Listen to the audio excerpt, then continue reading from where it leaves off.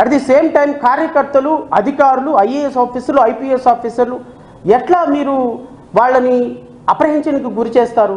Probably వాళ్ళు ఆ ప్రభుత్వంలో ఇప్పుడు నేను అధికారులను కూడా నేను రాష్ట్ర ప్రజల తరపు నుంచి క్వశ్చన్ చేస్తున్నా. 2019 నుంచి ఇప్పుడు ఏదైతే వైఎస్ఆర్ కాంగ్రెస్ పార్టీ కేంద్ర పార్టీ కార్యాలయం తాడేపల్లిలో కూల్చడం కావచ్చు, లేకపోతే మిగతా కార్యాలయాలకు నోటీసులు ఇవ్వటం కావచ్చు, ఆల్మోస్ట్ ఆల్ కేంద్ర పార్టీ కార్యాలయం ఇస్ అబౌట్ టు ఆక్యుపై.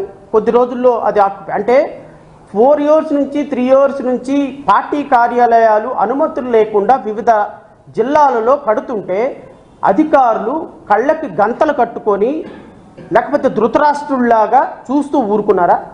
అధికారులు అనుమతి లేకుండా ఒక బిల్డింగ్ కడుతున్నప్పుడు ఏం గాడిదలు కాస్తున్నారా అధికారులు? ఐఏఎస్ ఆఫీసర్లు, ఐపీఎస్ ఆఫీసర్, ఐఏఎస్ ఆఫీసర్లు, మున్సిపల్ అధికారులు, మున్సిపల్ కమిషనర్లు గాడిదలు కాస్తున్నారా? ఏం చేస్తున్నారు మున్సిపల్ అధికారులు? ఈరోజు ప్రభుత్వం మారేటప్పటికి వాటికి అనుమతులు లేవని గుర్తొచ్చినాయా? లేకపోతే అనుమతులు తప్పుగా ఇచ్చామని గుర్తొచ్చినాయా? వైఎస్ఆర్ కాంగ్రెస్ పార్టీ ఉన్నప్పుడు తెలుగుదేశం పార్టీ వచ్చినప్పుడు వైఎస్ఆర్ కాంగ్రెస్ పార్టీ, ఈ విధంగా మీరు ఒకళ్ళ బిల్డింగ్స్ ఒకళ్ళని ప్రజాధనాన్ని కూల్చుకుంటూ వెళ్ళిపోతే అల్టిమేట్గా ఎవరి ప్రజాధనం, ఎవరు స్టేట్ నాశనం అయిపోతుంది. మీరు ఈ విధమైనటువంటి కక్షపూరితమైన పరిపాలన చేయడానిక మీకు అధికారం ఇచ్చింది? నేను ఆనరబుల్ చీఫ్ మినిస్టర్ గారిని అడుగుతున్నా, మీరు మీ పార్టీ కార్యకర్తలు లేకపోతే మీ మంత్రులకి దయచేసి అడ్వైజ్ చేయండి. మీ పార్టీ ఈ విధమైనటువంటి కక్షపూరితమైన చర్యలకి ప్రతిపక్షాల యొక్క పార్టీ ఆఫీసును కూల్చడం, రూల్ ఆఫ్ లాని వైలేట్ చేసి చాలా పొరపాటు. నిన్న మొన్నటి వరకు ఈ ప్రభుత్వ అధికారులు ఇచ్చినటువంటి పర్మిషన్స్ని బేస్ చేసుకొని వాళ్ళు బిల్డింగ్లు కట్టుకున్నారు. ఒకవేళ ఆ బిల్డింగ్ తప్పు అనుకుంటే కోర్టు నుంచి ఆర్డర్ తీసుకొచ్చుకోండి, డెమాలిషన్ ఆర్డరు. కోర్టు ఆర్డర్ తోటి ఈ బిల్డింగ్ను కూల్చామని, ట్విన్ టవర్స్ అని భారతదేశంలోని అత్యంత ఖరీదైన టవర్స్, 15 సంవత్సరాల సుదీర్ఘమైన న్యాయ పోరాటం తర్వాత అవి ఇల్లీగల్ బిల్డింగ్స్, వాటిని డెమాలిష్ చేయమని సుప్రీంకోర్టు ఆర్డర్ ఇచ్చింది. సుప్రీంకోర్టు ఆర్డర్ తోటి డెమాలిష్ చేశారు. అది వదిలేసేసి మీరు మీ ఇష్టం వచ్చినట్టు రాత్రికి రాత్రి బుల్డోజర్లు తీసుకొని వెళ్ళి పార్టీ ఆఫీసులు కూలగొట్టి పార్టీని భయకంపితులు చేసి ఈ రాష్ట్రంలో ఒక రూల్ ఆఫ్ లా లేని లాలెస్నెస్ని ప్రవేశపెడితే మీరు రేపొద్దున పరిపాలన ఎలా ఉండబోతుందని ప్రజలకు సంకేతం ఇవ్వదలుచుకున్నారు అని దయచేసి మీరు ఒక్కసారి ఆలోచించమని కోరుతున్నా. ఇది ఈ విధమైనటువంటి పరిపాలన ఖచ్చితంగా ప్రజలలో మీ పట్ల వ్యతిరేకత పెంచుతుంది.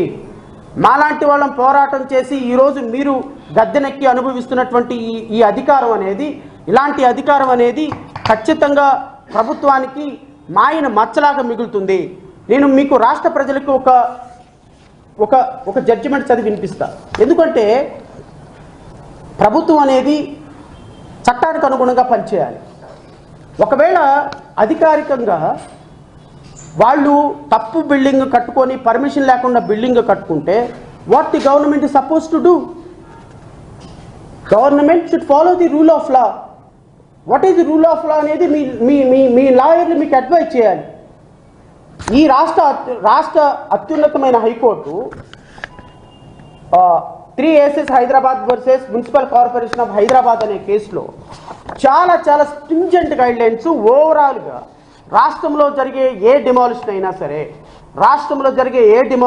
సరే కొన్ని ప్రిన్సిపల్స్కి లోబడి జరగాలి అని ఎప్పటిది 1994లో 3 benches ధర్మాసనం సుప్రీంకోర్టు జడ్జిమెంటు చాలా కేటగారికల్గా చెప్పింది. ఆ విషయం మీకు తెలీదా? 14 సంవత్సరాలు ముఖ్యమంత్రిగా చేశారు. ఎవరో ఒక ఆయన కాలేజీలో ఎప్పుడో మూపిచ్చేశారని నారాయణ వచ్చి ఒక మినిస్టర్ అయిపోయి సాయంత్రానికి మినిస్టర్ నారాయణ మున్సిపల్ శాఖ మంత్రి అనుమతులు ఇచ్చాక పడగొట్టేస్తారా? అంటే అధికారులకి ఒక నియంత్రణ, సుప్రీంకోర్టు, హైకోర్టు, ఒక ప్రిన్సిపల్ ఆఫ్ లా ఈ రాష్ట్రంలో ఏముండదా?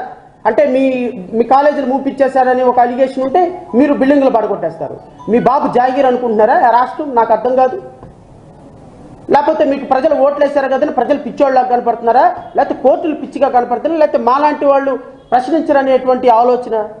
ఈ రాష్ట్ర అత్యున్నత న్యాయస్థానం ఎప్పుడు ఇచ్చింది? ఇది ఇప్పుడు కాదు ఇచ్చింది. ఈ రాష్ట్ర అత్యున్నత న్యాయస్థానం 2 September 1994 రిపోర్టెడ్ లా 1994 లాసూట్ AP 289లో చెప్పినటువంటి హానరబుల్ AP హైకోర్టు చెప్పినటువంటి గైడ్ లైన్ చూడండి. In any case, there should not be any demolition after sunset and before sunrise. ఏ బిల్డింగ్ అయినా మీరు పడగొట్టాలి అంటే before sunrise or after sunset demolish చేయకూడదు. This is what the honourable AP high court triple bench direction in consonance with the supreme court direction. Number 2, corporation came to a conclusion keeping in the above guidelines in view that the construction is required to be demolished or pulled down. It should follow the procedure indicated below. The demolition should not be resorted during festival days declared by the state government as public holidays, excluding Sundays. If the festival day declared by the government as a public holiday fails on a Sunday or the Saturday, the corporation should not resort to demolition. Sunday or Saturday ఎప్పుడు కూడా ఏ demolition జరగకూడదు. Before sunset and after sunset demolition జరగకూడదు.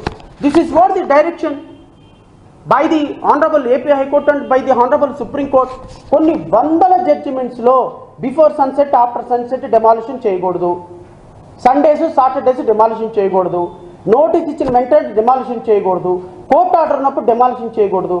ఈ principal కూడా తెలియకుండా ఎలా అండి అధికారులు తెల్లవారు 5 గంటలకు డెమాలిష్ చేసేస్తారు?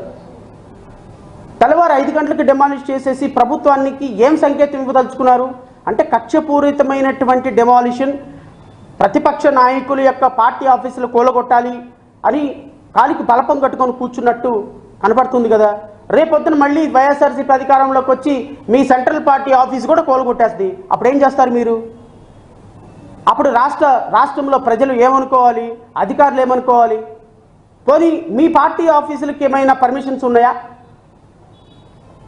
మీ మంగళగిరిలో కేంద్ర పార్టీ కార్యాలయానికి పర్మిషన్ ఉందా?